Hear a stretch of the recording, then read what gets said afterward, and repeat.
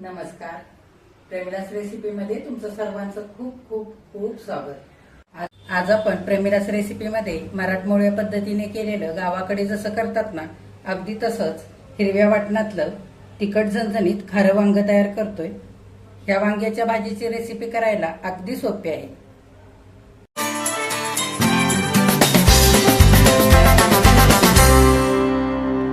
हे बघा, हिरव्या वाटणातलं तिखट झणझणीत खारं वांग ज्वारीच्या किंवा बाजरीच्या गरम गरम भाकरीसोबत खायला खूपच भारी लागतं.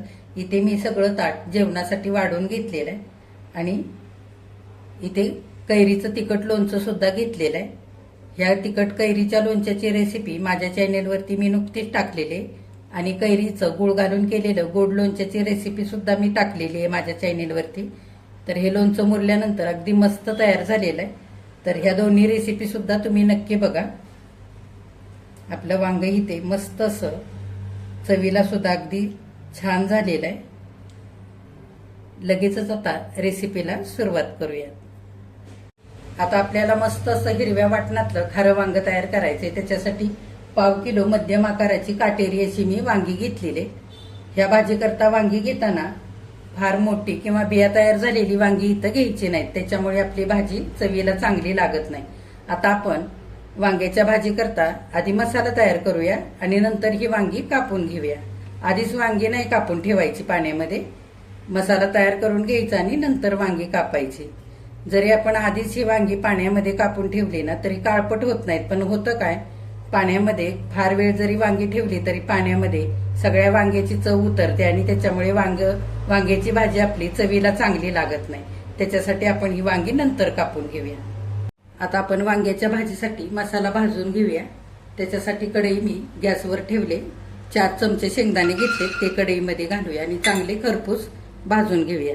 आता 2 मिनिटं चांगले शेंगदाणे मी हलकेसे डाग पडेपर्यंत भाजून घेतलेले आहेत. काढून घेऊया. आता बाकीचा मसाला भाजण्यासाठी कढईमध्ये अर्धा चमचा तेल घालूया. तेल चांगलं गरम झाले, कांदा घालूया. कांदा चांगला आपल्याला गुलाबी रंगावरती भाजून घ्यायचा आहे. इथे मी एक मध्यम आकाराचा कांदा असा बारीक चिरून घेतलेला आहे. आता 1 मिनिटभर कांदा परतवून घेतल्यानंतर हलकासा सोनेरी रंगावरती भाजलेला आहे. इथं मी 3 चमचे सुकं खोबरं खिसून घेतलंय, ते घालूया. चांगलं कांद्याबरोबर परतवून घ्यायचं. आता कांदा आणि खोबरं थोडंसं परतवून घेतल्यानंतर अर्धा चमचा धने घालायचे. इथं 1 चमचाभर पांढरे तीळ घेतलेत, ते घालूया. पांढऱ्या तिळामुळे थोडासा दाटसरपणा येतो भाजीला, त्याच्यासाठी इथं 1 चमचाभर तीळ घातलेले. आता 7-8 लसूण पाकळ्या घालूया. चांगलं परतवून घेऊया. आता इथं 5-6 मिरच्यांचे असे तुकडे करून घेतलेले आहेत आणि इंचभर आलं साल काढून घेतलेलं आहे. आता तुमच्या आवडीप्रमाणे तुम्ही मिरच्या कमी जास्त करू शकता. सगळं चांगलं एकदा परत परतवून घेऊया. इथं 5-6 काळी मिरी घेतलेले आहेत आणि 3 लवंगा घेतलेले आहेत. आता ह्या गरम मसाल्यामुळे भाजीला थोडासा तिखटपणा पण येतो आणि चवीला पण ही भाजी खूप छान लागते. तर जरूर वापरायचे काळी मिरी आणि लवंगा. सगळं चांगलं आपण एकदा हलवून घेऊया. मसाला आपला भाजत आलेला आहे. 1 मिनिटभर आणखी मसाला चांगला परतल्यानंतर मिरच्या, लवंग, मिरी याचा छान असा सुगंध सुटलेला आहे. चांगला आपला मसाला भाजून झालेला आहे. आता गॅस बंद करूया आणि हा मसाला एका ताटामध्ये काढून घेऊया. आता भाजलेला सगळा मसाला इथं मी काढून घेतलेला आहे. आता 5 मिनिट आपण थंड होऊ देऊया, तोपर्यंत वांगी कापूया. आता आपण वांगी कापून घेऊया. थोडासा देठ वरचा कापून घ्यायचा, फारही अगदी देठ कापायचा नाही. देठामध्ये सुद्धा भरपूर अशी चव असते त्याच्यासाठी. आणि साईडचा हा हिरवा भाग असतो तोही अगदी थोडासा कापून काढायचा आणि मध्यभागी असं चिरून घ्यायचं. 4 फोडी करायच्या. फारही तळापर्यंत वांग चिरायचं नाही, नाहीतर शिजल्यानंतर लगेच वांग्याचे असे तुकडे होतात. त्याच्यासाठी हे बघा, अशी सगळी वांगी आपण चिरून घेऊया आणि पाण्यामध्ये ठेवूया. आता सगळं वाटण चांगलं थंड झालेलं आहे. आपल्याला वाटून घ्यायचंय. मिक्सरच्या भांड्यामध्ये मसाला हा भाजलेला सगळा काढून घेऊया.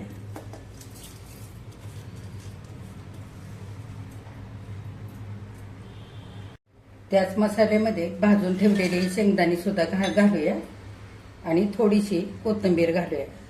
इथे मी स्वच्छ धुवून अशी बारीक चिरून घेतले. आता बिना पाणी घालता हा सगळा मसाला रवाळ असा वाटून घ्यायचा आहे. फार अगदी बारीकही करायचा नाही आणि खूप जाडही ठेवायचा नाही. हे बघा, बिना पाणी घालता असा रवाळ सगळा मसाला वाटून घेतलेला आहे. आता भाजीच्या फोडणीसाठी कांदा आपल्याला बारीक करून घ्यायचा आहे. तर इथं मध्यम आकाराचे 2 कांदे साल काढून उभे चिरून घेतलेले. तुम्ही सुरीने सुद्धा बारीक हा कांदा कापून घेऊ शकता. चॉपरमध्ये सगळा कांदा घालूया. कांदा बारीक करून घेऊया. हे बघा, कांदा सुद्धा आपला असा चांगला बारीक करून झालेला आहे.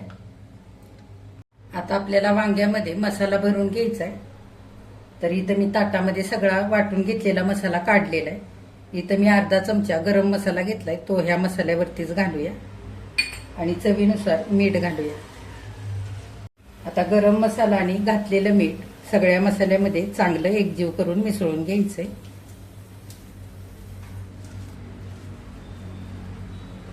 आता तयार केलेला मसाला वांग्यामध्ये भरून घेऊया. असा मसाला चांगला दाबून भरायचा वांग्यामध्ये.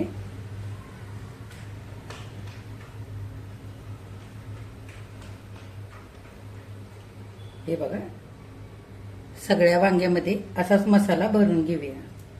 आता सगळ्या वांग्यामध्ये मसाला भरून घेतलेला आहे. हा उरलेला मसाला सुद्धा आपल्याला भाजीतच वापरायचा आहे. आता भाजी करण्यासाठी मसाला भाजलेलीच कढई मी इथे गॅसवर ठेवले. कढईमध्ये 1 पळी भरून तेल घालूया. आता तेल गरम झालेलं आहे. पाव चमच्याला थोडीशी कमी अशी मोहरी घालूया तेलामध्ये. पाव चमचा जिरं मोहरी चांगली फुलू द्यायची. जिरं मोहरी चांगली तडतडली. आता थोडीशी कढीपत्त्याची पानं घालूया. 5-6 पाकळ्या लसणाच्या ठेचून घेतलेल्या त्या घालूया. तुम्हाला आवडत असेल तर फोडणीला लसूण घाला, नसेल आवडत तर नाही घातला तरी चालेल.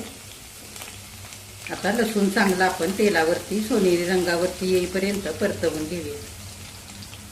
आता मिनिटभर सोनेरी रंगावरती चांगला लसूण परतवून घेतलेला आहे. असा लसूण फोडणीमध्ये घातला की वांग्याची भाजी सुद्धा चवीला खूप भारी लागते. आता पाव चमचा हिंग घालूया. पाव चमच्याला कमी हळद घेतली, ती घालूया. आता हा बारीक करून घेतलेला सगळा कांदा घालूया. कांद्यामुळे भाजीला दाटसरपणा पण येतो आणि चवीला सुद्धा भाजी चांगली लागते. सगळा कांदा चांगला फोडणीवरती सोनेरी होईपर्यंत भाजून घ्यायचा आहे. आता 1 मिनिटभर चांगला कांदा परतल्यानंतर हलकासा सोनेरी रंगावरती भाजलेला आहे. आता आपण ह्याच्यावरती वांगी घालूया. ही भरून घेतलेली वांगी सगळी घालायची आणि चांगली परतवून घ्यायची. 2 ते 3 मिनिटं चांगली तेलावरती वांगी परतू द्यायची. म्हणजे भाजीमध्ये वांग्याची सुद्धा चव छान उतरते. आता 1-2-3 मिनिटं वांगी चांगली तेलावरती परतल्यानंतर वांग्याचा थोडासा रंग बदललेला आहे. आता उरलेला सगळा मसाला आपण वांग्यावरती घालूया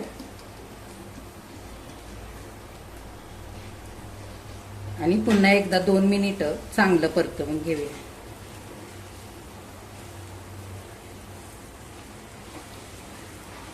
आता 2 मिनिटं चांगली वांगी परतल्यानंतर आपल्याला भाजीमध्ये पाणी घालायचंय. तर इथं मी पाणी गरम करण्यासाठी ठेवलेलं आहे. गरम करूनच घालायचं पाणी, म्हणजे वांग्याची भाजी सुद्धा लवकर शिजते आणि चवीला सुद्धा छान लागते. आता तुम्ही तुमच्या अंदाजाने ह्याच्यामध्ये पाणी घालू शकता. आता मी साधारण 1.5 वाटी इतकं पाणी इथे घालते. हे खारं वांग थोडंसं लपथबीच असतं, त्याच्यासाठी पाण्याचा वापर थोडासा कमी केलेला इथं मी. आता पाणी घातल्यानंतर हलक्या हाताने थोडंसं वांग हलवून घ्यायचंय आणि उकळी येईपर्यंत थोडा वेळ आपण थांबूया आणि नंतर झाकण घालूया. आता 2 मिनिटांनंतर वांग्याच्या भाजीला चांगली उकळी आली. आपण गॅस अगदी बारीक करूया आणि वांगी खालीवर करून एकदा ही भाजी हलवून घेऊया. आता आपल्याला वांग्याची भाजी झाकण घालून शिजवायची 12 ते 15 मिनिटांकरता.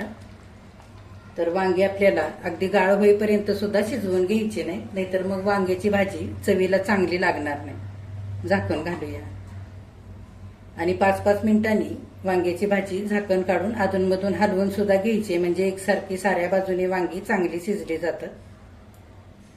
15 मिनिटं झालेली आहेत. अगदी बारीक गॅस करून झाकण घालून वांग्याची भाजी इथं शिजण्यासाठी ठेवली होती. झाकण उघडून बघूया. फारही अगदी गाळ होईपर्यंत वांगी शिजलेली नाहीये. हे बघा, मस्त वांगी शिजलेली. आता वरून आपण कोथिंबीर घालूया आणि वांग्याची भाजी एका ताटामध्ये काढून घेऊया. आता वांग्याची भाजी आपण ताटामध्ये काढूया.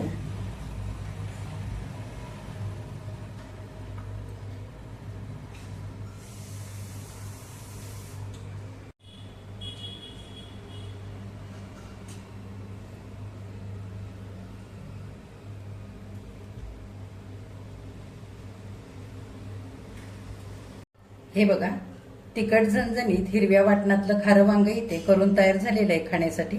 किती मस्त झाली बघा वांग्याची भाजी. ही भाजी ज्वारीच्या बाजरीच्या भाकरीसोबत तर खायला खूपच भारी लागते. चपाती किंवा भातासोबत सुद्धा ही भाजी तुम्ही खाऊ शकता. तर तुम्ही सुद्धा अशी हिरव्या वाटणातली ही भाजी नक्की करून बघा. जर अशी भाजी जास्तीची करून ठेवली तर 1 ते 2 दिवस फ्रीजमध्ये छान राहते आणि शिळी भाजी खायला तर खूपच भारी लागते. आजची रेसिपी तुम्हाला कशी वाटली ते कमेंट करून सांगायला अजिबात विसरू नका. आजची रेसिपी आवडल्यास एक लाईक सुद्धा करा. जे कोणी आता माझ्या रेसिपीज नव्याने बघत आहेत त्यांनी माझ्या चॅनेलला जरूर सबस्क्राईब सुद्धा करा.